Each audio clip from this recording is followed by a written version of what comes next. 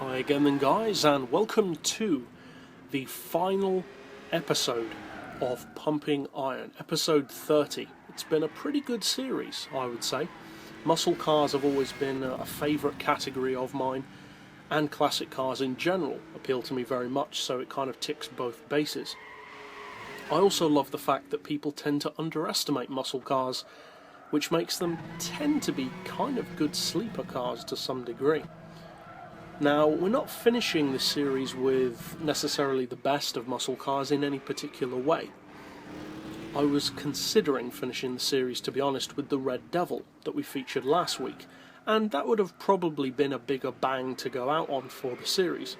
But I decided to keep the series in the family, because we started with the Dodge, and we're finishing with the Dodge. We started with the Charger 440, and we're finishing with the Challenger. Now the Challenger's powered by a 7-litre V8, powers the rear wheels of course, and you can supercharge this car up to a pretty competitive 826 horsepower and 833 foot-pounds of torque.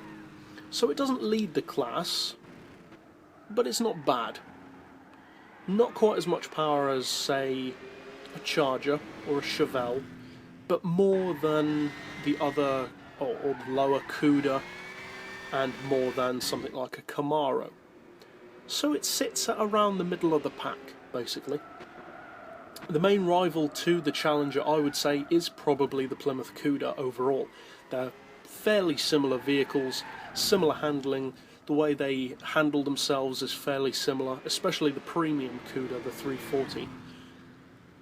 It costs 75,000 credits, so as far as price, again, it kind of falls around the middle. It's not overly expensive, but it's not the cheapest either. You're looking at the same kind of price for this as, say, a Charger or a Chevelle, that kind of thing. So again, it's pretty good. In terms of PP though, I would say it's actually a little bit too high, to be completely honest. It sits at 599. And to put that into perspective, that's the same level as the Cuda 446 pack, which is of course one of the quickest muscle cars in the game at over 260 under its own power. Now this isn't a bad car, but it's no way near the Cuda. Around corners it could give the Cuda a good run for its money, but on any track that involves any kind of straight, the Cuda's going to absolutely wipe the floor with this Challenger, and not just the Cuda. The Charger can, the Chevelle can up to a certain speed, and there are plenty of others that can outrun this in a straight line, not just for top speed but also for acceleration. So as a straight line machine, the Challenger isn't the best. Thankfully though, and this is another reason why I would categorise it as being very similar to the premium Cuda, the main redeeming point of the car is the way it handles its size and weight, in a very similar way to the 340 cubic inch Cuda. They don't feel as big and as heavy as they are. Now they're not overly heavy, it weighs 1,381 kilos, so it's not a particularly heavy muscle car. There are certainly heavier ones, but there are also lighter ones. It doesn't feel that heavy though. It feels more like, I would say, a 1,200 kilo car, which is pretty good. In terms of size, it's not overly massive, it's certainly not a small car. Not as big as, say, the Superbird, of course, or the Charger, but bigger than a Camaro. So again, it kind of falls into a bit of a middle ground compared to the other muscle cars on the game. The Challenger is certainly a very iconic car, widely loved as a classic muscle car.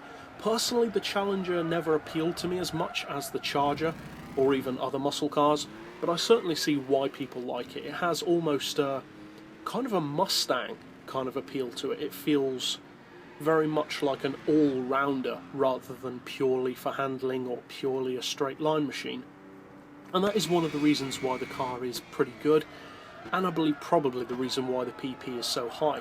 In terms of top speed, you're looking at around 230, 240, that kind of speed. So again, pretty much breaks even with cars like the Camaros and also the Chevelle.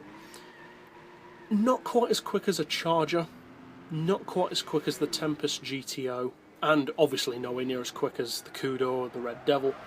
So overall I would say that the main good thing about the Challenger is it's a dependable all-round package. It has good handling for a muscle car, good enough acceleration, good enough top speed for most circuits. The PP is a little bit too high, but not overly so. The price is pretty good at 75,000 credits, pretty good value. It is a fully premium model, which is always a bonus. You do get those optional visual upgrades, the detailed interior, the improved sound and performance, and also premium cars generally, I think at least, feel better to drive. They feel more rich in their driving style, but maybe that's just me. Overall, who would I recommend the Challenger for? Well, if I remember correctly, you actually win this car in career mode, so you don't, strictly speaking, need to buy it, if I remember correctly. But if I was going to recommend it to someone, I'd probably recommend it to someone who's looking for an all-rounder. Someone who doesn't particularly care about necessarily being the best at any one thing, but needs a car that's pretty good at most things. And for that, the Challenger is very good. The handling is dependable, the straight line performance is enough for most circuits, the fact that it's a premium is great, and it's a good package. So that's it for this final episode. There will of course be a new episode starting next week, and as always, thanks for watching.